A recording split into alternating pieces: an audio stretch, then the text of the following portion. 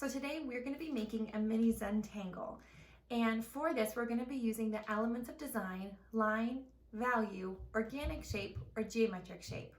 The principle of design that we're going to be creating today is unity and harmony. Unity refers to a way of combining similar elements of design to accent their similarities. So to do this in our mini Zentangle, you're going to be combining either all organic tangles or all geometric tangles. Now a tangle is a pattern that is created for a Zentangle artwork.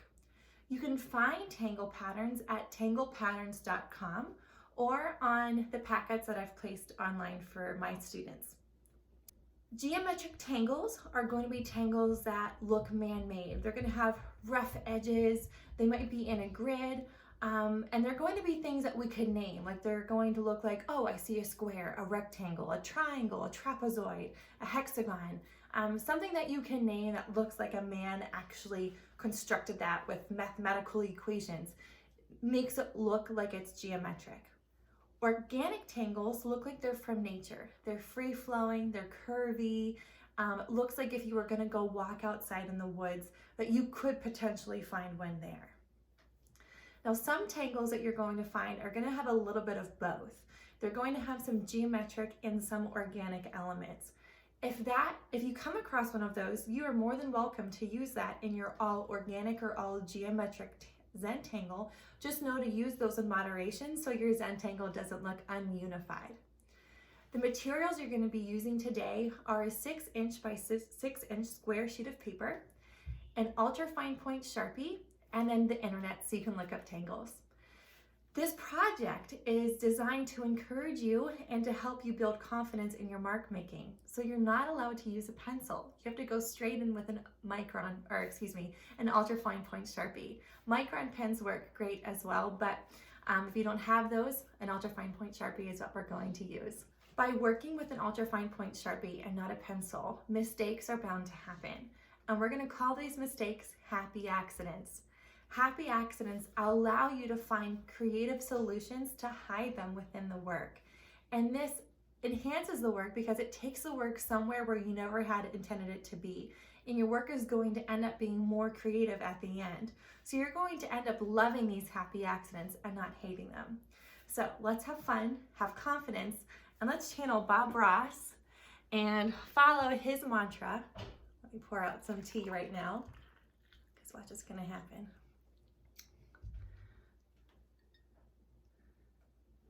We don't make mistakes, we have happy accidents.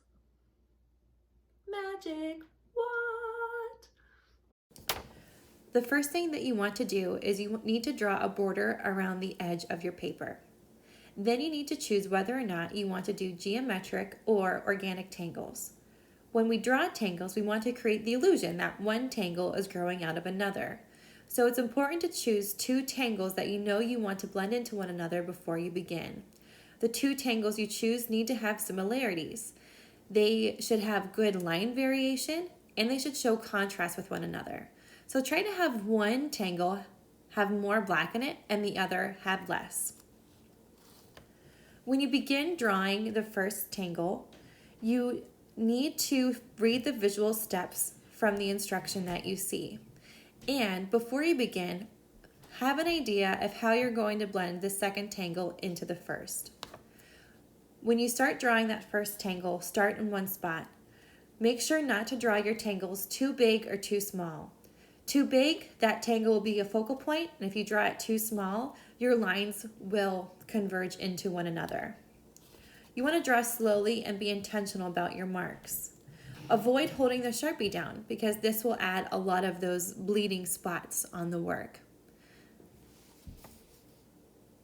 Now you'll notice with this tangle that I left a jagged edge around the last tangle, and I even added, as I'm doing now, a few more of the previous tangle that I drew. This helps tie in these tangles together, but it also sets me up for the next tangle that I plan to draw. For this next tangle, I needed to have a more zigzag line, and where my tangle had previously been left off, it wasn't showing that. So I decided to add in a few more bits of that first tangle to not only help unify my work to show unity and harmony, but to make blending my next tangle a little bit easier. I also want you to notice how I'm changing my line variation. I'm making sure that some of my lines are thicker and thinner than others. What you'll notice that I'm starting to do now is I'm starting to add a black and white checkered pattern into my line, and that's because I made a happy accident. I had accidentally drawn through a line, and so I needed to hide that. Whenever I hide a work, or whenever you hide a happy accident, you need to make sure that whatever you do to hide it, you continue it throughout the entire pattern so it has a uniform appearance. Remember, we're trying to show the principle of design, unity, and harmony. So we want everything to be consistent throughout. And I love the way this turned out. This is why happy accidents are such a blessing in an artwork. So don't freak out. Don't start over if you make a happy accident. Just creatively find a solution to blend it into the next tangle's pattern. Now, I knew what tangle I was going to be drawing next whenever I started that zigzag pattern. I chose this radial triangle tangle because it reflected the edge of the zigzag pattern that I previously drew. I also chose this because it's going to have a lot of black in the tangle. My previous tangles have an even balance of black and white, and I just felt like it needed something a little bit heavier just to make the piece look a little bit more solid. The best advice that I can give you whenever you are making your mini Zentangle excuse me, is to really pay attention to your contrast.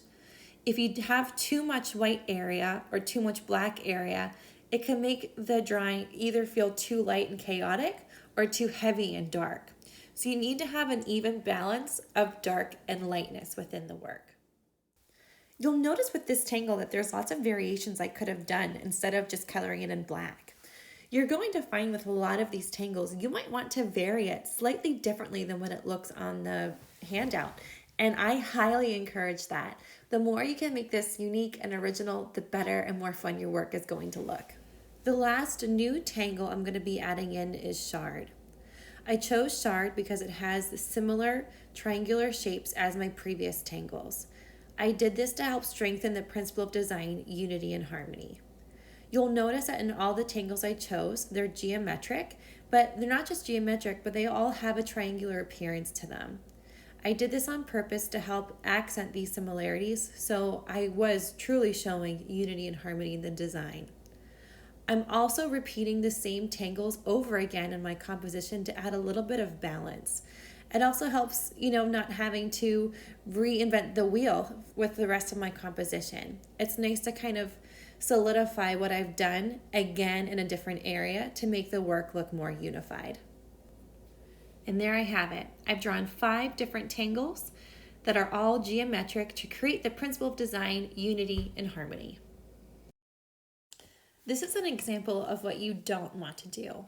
1, the feather fall tangle right in the middle is drawn too big, and because it's a bigger size than the rest of the Zentangle, it's creating a focal point. The tangles that are to the upper right hand of the feather fall tangle are drawn too small, and you lose all of the detail of what you're seeing there. On the bottom left-hand tangle, it was drawn way too fast. There's lots of draw-throughs, and the artist did not go back in and hide their mistakes. Another issue we're seeing is that we're not seeing the artist choosing to blend the tangles together. They're drawn in different parts of the paper. You don't want to draw them separately from one another because then it's really hard to try to unify them together. So you always want to draw one tangle growing out of the one that you've previously drawn. On the right-hand side, there's no contrast. It's all line, and you can see how chaotic that looks.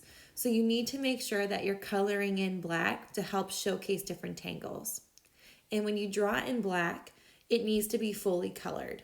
Here we see a lot of white gaps, and it just looks messy and unfinished. Here we see 2 successful examples of mini Zentangles. The artist is using all organic tangles or all geometric tangles to show the principle of design, unity, and harmony. They have great craftsmanship, meaning that there are clean lines. The areas of black are fully colored in, and they have hidden any happy accents. There's also a nice balance of contrast. There's an even amount of black to balance out the white area so the work does not look too chaotic. Good luck. Have fun, and I'm excited to see what type of artwork you're going to make.